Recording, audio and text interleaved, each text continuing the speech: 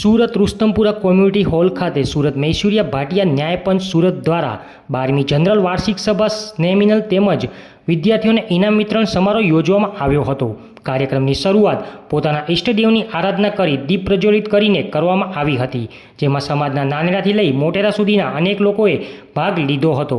સમાજના પ્રમુખ અલ્પેશભાઈ મૈસુરિયા, ઉપપ્રમુખ કુલદીપકભાઈ કોન્ટ્રાક્ટર સહિતના અને કો મહાનુભાવો ઉપસ્થિત રહ્યા હતા, તેમજ સૌ કાર્યકર્તાઓએ મીઠાઈ દ્વારા એકબીજાના મોઢા મીઠા કરાવ્યા હતા।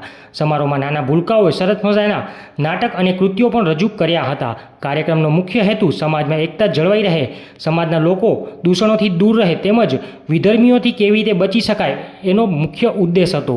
કાર્યક્રમના અંતે સમાજના સૌ લોકોએ એકસાથે ભોજન લીધું હતું અને કાર્યક્રમને સફળ બનાવ્યો હતો। My TV news channel chief reporter Kishor Thakor, Surat. Alpeshbhai Sombhai Maisuria, Surat Maisuria Bhatia સમાજ અમારા ખટોદરામાં મા જ્વાલાજીનું મંદિર આવ્યું છે, એમ ત્યાં અમે 12 વર્ષથી સેવા આપીએ છીએ।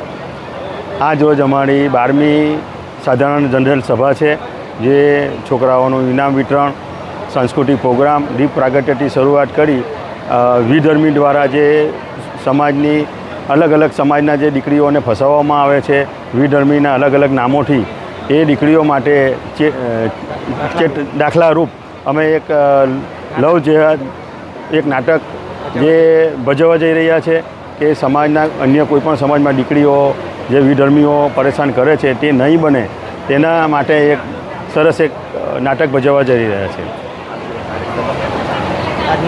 આજના કાર્યક્રમમાં ગણેશ વંદનાથી લઈ નૃત્ય છે, નાના ભૂલકાઓના ડાન્સ છે, સાંસ્કૃતિક પ્રોગ્રામ છે, ઇનામ વિતરણનો પ્રોગ્રામ છે, જે ધોરણ 1થી લઈ કે LLB એડવોકેટ છે, ડૉક્ટર છે, એમને પણ ઉપપ્રમુખ કુલદીપકભાઈ તરફથી ટ્રોફીનું ઇનામ વિતરણ કરવા જઈ રહ્યા છે। આજે હું કુલદીપક છોટાલાલ કોન્ટ્રાક્ટર સુરત મૈસુરિયા ભાટિયા સમાજનો ઉપપ્રમુખ છું અને અમારી કામગીરી સમાજની એકતા જળવાઈ રહે અને સમાજ સંગઠિત થાય અને સમાજમાં કોઈ દૂષણ આવે નહીં અને વિધર્મીઓનું કોઈ આક્રમણ થાય નહીં, એ હેતુસર અમે બધા સંગઠિત થયા છીએ।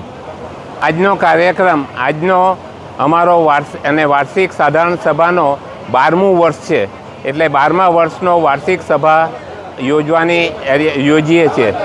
આ સભામાં અમારે દીપ પ્રાગટ્ય કરી સાંસ્કૃતિક નૃત્ય, સાંસ્કૃતિક કાર્યક્રમમાં નૃત્ય અને બીજા ડાન્સ કાર્યક્રમ આવે છે।